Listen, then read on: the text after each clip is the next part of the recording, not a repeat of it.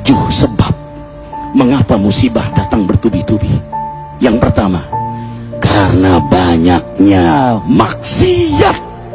Surah Yasin ayat 19 yang kita baca setiap hari. Kemalangan terjadi, musibah terjadi, malapetaka terjadi karena dosa keterlaluan kalian kepada Allah. Yang kedua, karena banyaknya orang berbuat zalim. Dengarkan surah Qasas ayat 59. Kami tidak akan menghancurkan satu daerah kecuali para penduduknya banyak berbuat zalim. Anak durhaka pada orang tua, istri yang berani kepada suaminya, perampok, pembunuhan di mana-mana. Ini mengundang bala bencana. Yang ketiga, mengundang bala bencana karena kelakuan tangan-tangan manusia.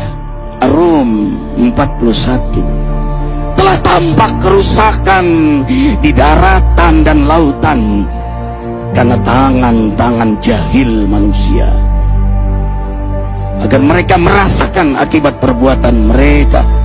Sebagian mereka merasakan akibat perbuatan mereka, agar mereka kembali kepada Allah.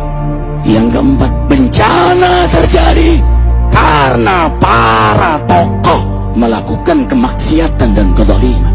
Dengarkan dengan iman, wahai penduduk Indonesia yang mulia, bila kami ingin menghancurkan suatu negeri, kami perintahkan para tokohnya untuk taat kepada Allah, tapi mereka maksiat, tapi mereka berbuat zalim, tapi mereka hianat kepadaku dan kepada makhlukku. Bahaqqa alaihil qaul, maka haklah untuk mereka datang bala bencana seperti kaum Ad, kaum Samud, kaum Lut, kaum Nuh. Kami hancurkan sehancur-hancurnya. Siapa tokoh itu?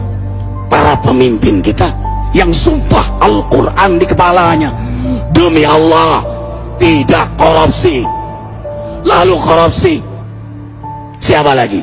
Hartawan, orang-orang kaya yang dengan harta berpoya-poya, sombong, maksiat dengan kekayaannya di tengah orang yang banyak menderita. Siapa lagi? Ulama yang menjual ayat-ayat Allah dengan murah. Subhanallah. Yang kelima, mengapa bala bencana terjadi? Karena orang-orang soleh, orang-orang baik diam melihat kemaksiatan dan kemungkaran.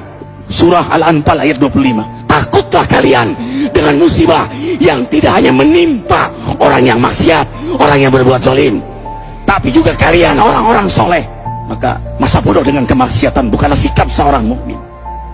Amar ma'ruf nahi munkar adalah amal cerdas. Yang keenam, justru karena rahmat Allah, karena peringatan yang Allah hadirkan agar hadir mahkamah kesadaran kita. Ikhwah, dengarkan dengan iman surah Al-Baqarah ayat 155, 156, 157. Kami pasti uji kalian dengan sesuatu yang buat kalian takut lapar, takut miskin, takut kematian. Tapi kabarkan berita gembira bagi hamba Allah yang sabar dari semua ujiannya, yang mereka berkata, sesungguhnya kami milik Allah dan sesungguhnya kami akan kembali kepada Allah. Yang terakhir, yang ketujuh, ada yang nanya, bagaimana yang maksiat yang selamat? Tenang-tenang saja. Yang berbuat zalim malah sukses. Di mana keadilannya? Allah Maha Adil. Dengarkan surah Hud ayat 15-16. Barang siapa mencari kesenangan dunia, lalu dia menghalalkan semua cara, apa kata Allah? Kami beri, tapi di akhirat tidak mendapatkan secuil pun kenikmatan, malah nikmat di dunianya menjadi bahan bakar azab untuk dirinya. Itulah istidrat. Lalu apa sikap kita sekarang? Orang beriman menjadikan peristiwa apapun sebagai jalan untuk mendekatkan dirinya kepada Allah.